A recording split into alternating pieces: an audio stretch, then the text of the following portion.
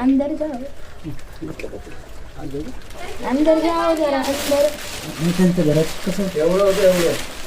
मी सकाळी कशी आलते यार भाऊ किती जेवण. काही वस्तूचं नुकसान झालं का? काय काय काय काय वस्तूचं नुकसान झालेलं आहे?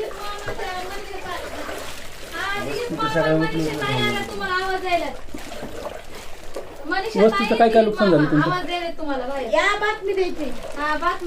बाहेर मी पवायलोय मला रातभर लेकर जागे कशा झोपलेत बघा. गरमी काय वाटते का आता? घरात पाणी शिरल्यामुळे काही गरमीचं वातावरण निर्माण झालंय का? पाणी होतं बघा एवढं हा ना. कमी झालं आम्ही